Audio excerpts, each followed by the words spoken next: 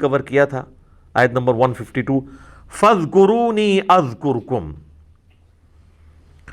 اے میرے بندو پس تم مجھے یاد کیا کرو میں بھی تمہیں یاد کروں گا. یہ تو اس کا لفظی ترجمہ ہے. بالمفہوم یوں بھی بن سکتا ہے جو اعلیٰ حضرت نے ترجمہ کیا ہے کہ تم مجھے یاد کرو میں تمہارا چرچا کر دوں گا. وَاشْكُرُوا لِي وَلَا تَكْفُرُونَ، اور میرا شکر کرو اور میری ناشکری مت کرو. اللہم اعنا علی ذکرک و شکرک و حسن عبادتک، آمین. اس آیت کے اندر جو سوز و گداز ہے، اس آیت کے اندر جو مفہوم چھپا ہوا ہے، قرآن حکیم میں درجنوں آیات کراس ریفرنس کے طور پہ اس آیت کے تحت پیش کی جا سکتی ہیں. وَاذْكُرُوا اللَّهَ كَثِيرًا لَعَلَّكُمْ تُفْلِحُونَ، اللہ کو بہت کثرت کے ساتھ یاد کرو تاکہ تم کامیاب ہو جاؤ. اچھا، اب اللہ تعالیٰ کے ذکر کی اقسام کیا ہے؟ میں موٹی موٹی گفتگو یہاں پہ بھی کر دیتا ہوں، یہ آیت متقاضی ہے. مینلی اللہ تعالیٰ کی ذکر کی 3 اقسام ہے جو قرآن و سنت سے ہمیں پتہ چلتی ہیں. اس میں نمبر 1 قسم جو ہے وہ یہ قرآن ہے. اِنَّا نَحْنُ نَزَّلْنَا الذِّكْرَ وَإِنَّا لَهُ لَحَافِظُونَ، سورۃ الحجر آیت نمبر 9. بے شک ہم نے اس الذکر، یاد دلانے والی، نصیحت کرنے والی کتاب کو نازل کیا اور ہم ہی اس کی حفاظت کرنے والے ہیں. دوسرے نمبر پہ نماز کو ذکر کہا گیا قرآن میں، وَأَقِمِ الصَّلَاةَ لِذِكْرِي، اور میری یاد کے لیے نماز کو قائم رکھو. اور تیسرا ذکر جو ہے نا وہ تو جناب اس کا نہ کوئی پروٹوکول ہے، نہ اس کی کوئی ٹائمنگ ہے، نہ اس کے لیے کوئی وضو کی ریکوائرمنٹ، نہ غسل کی ریکوائرمنٹ، نہ کسی جگہ کے پاک ہونے کی ریکوائرمنٹ، نہ کسی خاص حالت میں ہونے کی ریکوائرمنٹ. وہ ہے الذین یذکرون اللہ قیاما وقعودا وعلی جنوبہم، اللہ کے بندے کھڑے بیٹھے کروٹوں پہ لیٹے ہر وقت اللہ کو یاد کرتے ہیں ہر حال میں. حتیٰ کہ صحیح مسلم میں آتا ہے، اما عائشہ سے جنابت کے کانٹیکسٹ میں جب پوچھا گیا تو انہوں نے کہا کہ نبی علیہ السلام اس حالت میں بھی اللہ کو یاد کرتے تھے. سیدنا علی کہتے ہیں کہ نبی علیہ السلام کو جو قرآن ہے نا، جامع ترمذی ابو داؤد میں حدیث ہے، قرآن پڑھنے سے کوئی حالت مانے نہیں ہوتی تھی سوائے جنابت کی حالت کے. قرآن نہیں پڑھتے تھے، باقی سارے اذکار کرتے تھے. یہ کئی لوگ کہتے ہیں جی درود شریف نہیں پڑھنا چاہیے جنبی کو، گستاخی ہو جائے گی. بالکل جھوٹ بات ہے. یہ غسل کا اتارنا نماز کا پروٹوکول ہے یا قرآن کے پڑھنے کا، عام ذکر اذکار کا کوئی پروٹوکول نہیں. ایون فقہ حنفی کی جو کتابیں آپ اٹھائیں گے نا، اردو میں بریلوی اپنی خود کتاب اٹھا کے دیکھ لیں بہار شریعت، اس میں بھی یہ لکھا ہوا ہے کہ جی درود شریف ہو، دعائیں ہوں، سنت اذکار ہوں، ایون قرآن کی وہ آیات بھی انہوں نے لکھا ہے کہ جو آیات ایسے ذکر ہیں یا آیات کے ٹکڑے جو ایسے ذکر ہیں وہ بھی جنبی کر سکتا ہے. سبحان اللہ جیسے ہے. اب یہ قرآن کی آیت کا حصہ بھی ہے اور ذکر بھی ہے تو آپ کر سکتے ہیں. انا للہ و انا الیہ راجعون، یہ آگے آیت آ جائے گی. یہ آیت بھی ہے اور ایسے دعا بھی ہے. سواری پہ بیٹھنے کی دعا سورہ زخرف میں جو آئی ہے، سبحان الذی سخر لنا ھذا وما كنا له مقرنین. اب یہ پوری آیت ہے قرآن کی، لیکن یہ چونکہ دعا ہے جنبی بھی پڑھ سکتا ہے. تو یہ اللہ تعالیٰ نے ایک آسانی دی ہے اس حوالے سے. تو اس حوالے سے جو میں نے الا بذکر اللہ تطمئن القلوب سورۃ الرعد کی آیت نمبر 28 کے کانٹیکسٹ میں 6 لیکچر دیے تھے نا، اس میں پہلے 3 لیکچر تھے مسئلہ نمبر 111A-B-C، جس میں میں نے صرف اذکار کو ڈسکس کیا تھا. صبح شام کے اذکار، فرض نماز کے بعد کے سنت اذکار، جس پہ ہمارا یہ صبح شام کے اذکار پہ یہ بلو کارڈ ہے، ahlsunnatpak.com سے ڈاؤن لوڈ کریں. آلموسٹ 21 کے قریب اذکار ہیں، 17 کے قریب یہ فرض نماز کے بعد کے اذکار ہیں، گرین کارڈ. اور پھر بلو کارڈ کے میں سے خاص یہ 5 وظائف، جادو ٹونا وبائی امراض و قدرتی حادثات سے بچنے کے سنت وظائف، اورنج کارڈ. یہ تینوں کارڈ جو ہے نا اذکار کارڈ ہیں. ان کے ایک ریفرنس، ان کے فضائل اس میں جو لکھے تھے اور کس وقت پڑھنا ہے، کیسے پڑھنا ہے، وہ ساری ڈیٹیلز میں نے اس میں کور کی تھی. یہ آلموسٹ سمجھ لیں 1.5 گھنٹے کے 3 لیکچرز تھے. پھر میں جب آخری لیکچر پہ پہنچا تو مجھے خیال آیا کہ یار قرآن کی صورتوں کے فضائل بھی بیان کرنے چاہیے. تو پھر اگلے 3 لیکچر جو تھے نا، مسئلہ 112A-B-C، قرآن کی 12 صورتوں کے فضائل میں نے بیان کیے تھے، جن کے فضائل کتاب و سنت سے ثابت ہے. سورۃ البقرہ، سورۃ الفاتحہ، سورۃ الاخلاص، سورۃ الفلق، سورہ الناس اور سورۃ الملک. سورہ سجدہ، ان سب کے فضائل بیان کیے تھے، تو وہ اس پہ 3 لیکچرز لگ گئے تھے. تو وہ 6 لیکچرز ایک آیت، پوری آیت نہیں، ٹکڑے پہ ہوئے تھے. یہ آیت کا ٹکڑا ہے، اور یہ آیت ہم نے ہر اذکار کارڈ کے اوپر لکھی ہوئی ہے، الا بذکر اللہ تطمئن القلوب. یہ اذکار کارڈ کا آغاز ہی اس سے ہوتا ہے. اس کے بعد پھر اگلی حدیث لکھی ہوئی ہے، بخاری مسلم دونوں میں حدیث ہے کہ اللہ کا ذکر کرنے والا زندہ کی مثال ہے، اور اللہ کا ذکر نہ کرنے والا مردے کی مثال ہے. اور پھر اس کے آگے بخاری کی ایک اور روایت ہے، تعلیقاً بخاری میں ہے، سنن ابن ماجہ کے حوالے سے لکھی ہے، پوری وہ سند اس کی ابن ماجہ میں ہے کہ میں اپنے بندے کے ساتھ ہوتا ہوں جس وقت وہ میرا ذکر کرتا ہے، اور ذکر کی وجہ سے اس کے ہونٹ ہل رہے ہوتے ہیں، اس وقت میں اس کے ساتھ ہوتا ہوں. اسی حدیث کے تحت میرا یہ پوائنٹ آف ویو ہے کہ جو زبان کا ذکر ہے وہ دل کے ذکر سے افضل ہے. دل میں بھی ذکر آپ کر سکتے ہیں، لیکن زبان کا ذکر اس لیے افضل ہے کہ اس میں زبان بھی انوالو ہے اور دل بھی. اور ویسے ہماری جتنی عبادات ہیں وہ ہے ہی زبان سے ہیں، آپ دل سے کریں تو ہوتی ہی نہیں ہے. اگر کوئی شخص اپنے دل میں نماز پڑھے اس کی نماز نہیں ہوگی. اگر کوئی شخص دل میں تکبیر پھیرے جانور حرام ہو جائے گا. دل میں طلاق دینے سے بھی نہیں ہوتی. اچھا کتنے لوگ رابطہ کرتے ہیں جی، بیوی پہ غصہ آتا ہے بعض کا تو دل میں نہ کتنی دفعہ اس کو طلاق دی ہے، زبان پہ نہیں لائی ہے، تو کوئی فرق نہیں، دل ہے کرو جتنی مرضی، گالا بھی کاٹ لو. تو بال برے خیال نہیں دل میں لانا چاہیے. زبان سے جب تک آپ نہ کہیں اور آپ کے اپنے کان سن نہ لیں، یا آپ لکھ نہ دیں، لکھنے سے بھی طلاق ہو جائے گی. کئی لوگ یہ بھی پوچھ رہے ہوتے ہیں ٹیکسٹ میسج کیا، بس وہ میسج جب آپ نے لکھ دیا نا، وہ میسج آگے گیا یا نہیں گیا، طلاق ہو گئی. خط پہ طلاق لکھ دی، طلاق پہنچی یا نہ پہنچی تو وہ آپ کی طلاق ہو گئی. وہ کہتے ہیں جی وہ بھیجی سی رستے جو ڈاکیے کو لے لیجیے، ڈاکیے سے لیں جو وہ تیر تو چل چکا تھا اسی وقت. ہوا یہ کہ فقہ حنفی میں ایک مسئلہ ہے کہ اگر کوئی شخص خط میں یوں لکھے نا کہ جیسے ہی یہ میرا خط تجھے ملے تو متعلقہ ہے، ایڈی وڈی کہانی، ایک کون لکھتا ہوئے گا. تو اب یہ ٹیکنیکلی سپیکنگ تو ٹھیک ہے کہ اگر خط نہ ملا تو طلاق نہیں ہوگی. اس مسئلے کی لوگوں نے پلی لی تو وہ راستے میں ڈاکیوں کو روک لیتے ہیں، گھر تک نہیں جانے دیتے. یا ایون ڈاک آ بھی ہے نا، وہ کہتے ہیں جی اسی لے لی سی، کڑی نو نہیں دسی اسی، تو اس میں یہ تو نہیں لکھا ہوتا، اس میں تو لکھا ہوتا میں تمہیں طلاق دیتا ہوں. واٹس ایپ میسج کیا، لکھ دیا، کچھ بھی کیا، طلاق ہو گئی. زبان کی اتنی اسلام میں اہمیت ہے، چاہے وہ اذکار کے اعتبار سے ہو یا باقی شریعت کو ایگزیکیوٹ کرنے کے اعتبار سے، اس کا تعلق زبان کے ساتھ ہے. باقی آپ دل میں بھی اللہ کا ذکر کریں.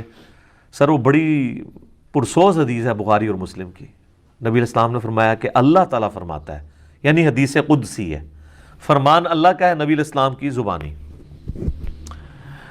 کہ اللہ تعالیٰ فرماتا ہے کہ میں اپنے بندے کے گمان کے قریب ہوں جیسا وہ میرے بارے میں گمان کرے. یعنی اگر وہ میرے بارے میں اچھا گمان رکھتا ہے نا تو میں اس کے ساتھ اچھائی کے ساتھ پیش آؤں گا، اور اگر میرے بارے میں برا گمان رکھتا ہے تو میں پھر اس کے ساتھ اسی اعتبار سے پیش آؤں گا. اس کا یہ مطلب نہیں کہ آپ اللہ سے بغاوت کریں، مرضی اپنی کی زندگی گزاریں اور کہ جی میرا گمان بڑا اچھا ہے. آپ کا کوئی اچھا گمان نہیں ہے. آپ اگر اللہ کے جاننے والے ہو نا تو جناب اللہ بڑا ڈاڈا ہے. مرنے سے پہلے اے مسلمان کر لے اس پہ غور، قرآن کا خدا اور ہے اور بابوں کا خدا اور.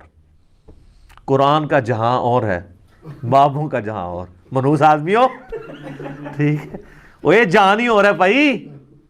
اچھا تو بخاری مسلم کے الفاظ ہیں کہ میں بندے کے گمان کے قریب ہوں جیسا مجھ سے گمان کرے. اسی تو میں اکثر آپ لوگوں کو کہتا ہوں نا کہ آپ اللہ سے دعا کریں اللہ ہمیں بغیر حساب و کتاب کے جنت میں داخل فرما، آمین ثم آمین.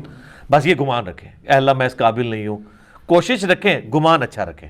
اچھا پھر بخاری مسلم کی اس حدیث کے آگے الفاظ ہیں کہ جب میرا بندہ مجھے دل میں یاد کرتا ہے نا میں اسے دل میں یاد کرتا ہوں، اور جب وہ کسی مجلس میں اوپنلی مجھے یاد کرتا ہے تو میں اس سے بہتر مجلس فرشتوں کی مجلس میں اسے یاد کرتا ہوں.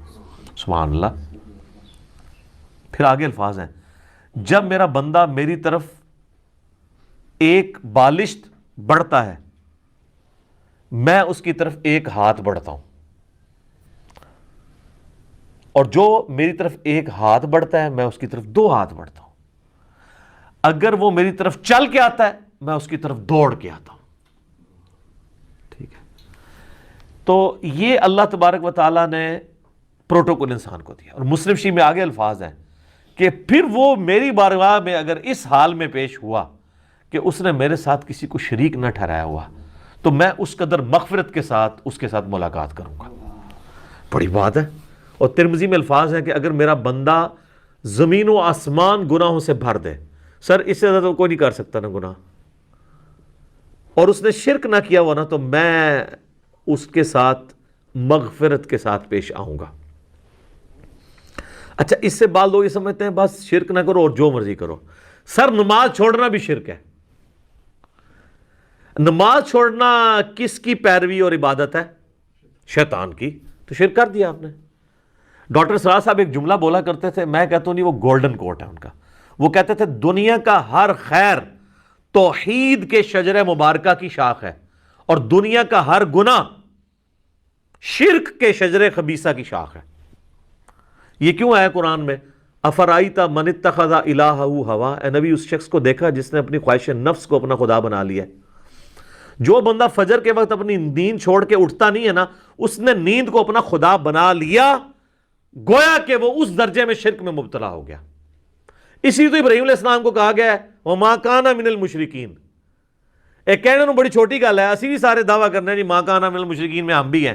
نہ جناب، ابراہیم علیہ السلام ایسے پکے مواحد تھے کہ اگر بیٹی کی قربانی کی باری آئی تو اس کو ذبح کرنے کے لیے تیار ہو گئے. بچے کو بیابان میں چھوڑنے کی باری آئی، ادھر تیار ہو گئے. یعنی انہوں نے کہیں پہ اپنی مرضی رکھی نہیں ہے. اس لیے اللہ نے ان کو کہا کہ وَمَا كَانَ مِنَ الْمُشْرِكِينَ. ورنہ سے اللہ فضل لکھاں دے تو انہوں اتنے بھی مواحد مل جان گے، پر ابراہیم والا مواحد نہیں ملے گا. جو وَمَا كَانَ مِنَ الْمُشْرِكِينَ کی ڈگری ہے وہ یہ ہے کہ انہوں نے کسی معاملے میں نفس کو آگے نہیں رکھا. تو سر یہ آپ کو کروڑوں میں بھی ایک ملنا مشکل ہو جائے گا.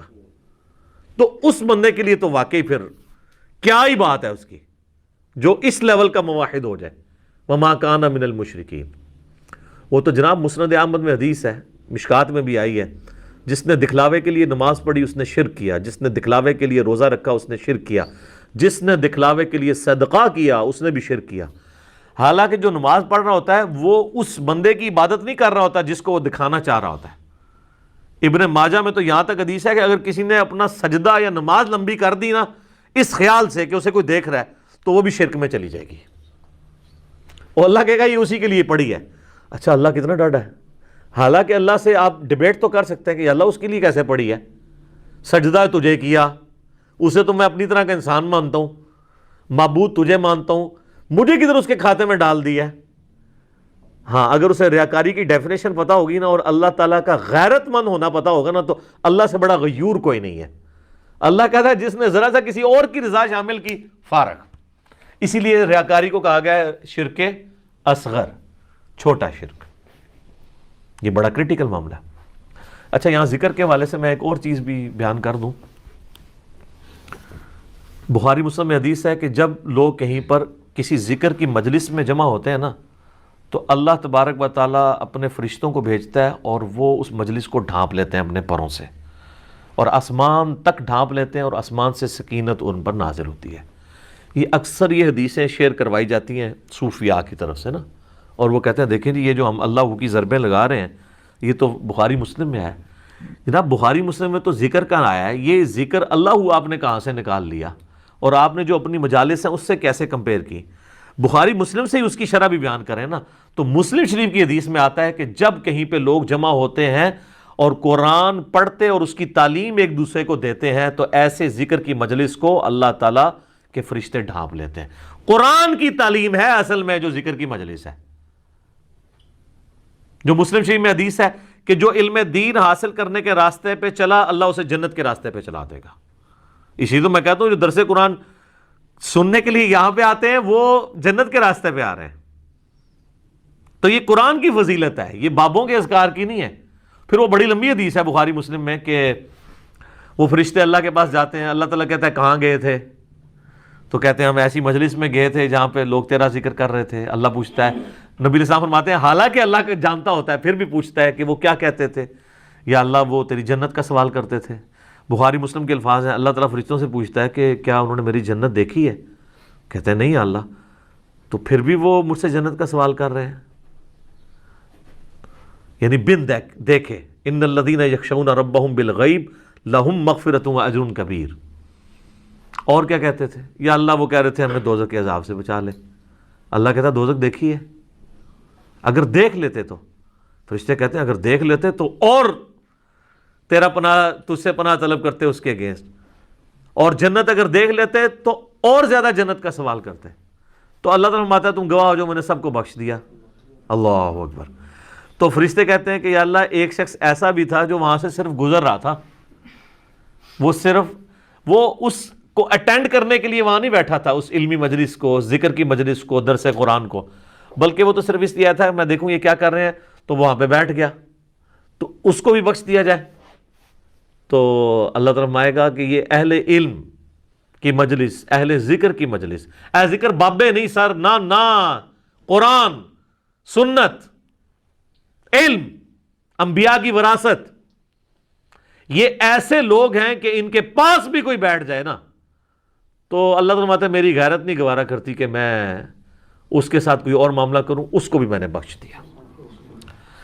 تو یہ جو کہتے ہیں نا اولیاء اللہ کی نسبت کام آتی، بالکل آتی سر. وہ ولی کتاباں والے ولی نے جڑے ولی یہ کہن تانوں کہ جی رفع دین اس واسطے ہوندا سی کہ بت رکھ کے آندے سن اور رفع دین کرنا مکھیاں مارنا ہے. جو ولی رفع الدین کا مذاق اڑائیں وہ شیطان کے ولی ہیں، ولی اللہ نہیں ہے. وہ تو دشمن ہوئے ہیں جو اپنے بابوں کا دین آپ کو سکھا رہے ہیں، کتابوں کا نہیں. تو ہم تو صرف آپ سے ریکویسٹ کریں گے کہ مرنے سے پہلے اے مسلمان کر لے اس پہ غور. کتابوں کا خدا اور ہے، بابوں کا خدا اور. تو ذکر پہ تو گھنٹوں بولا جا سکتا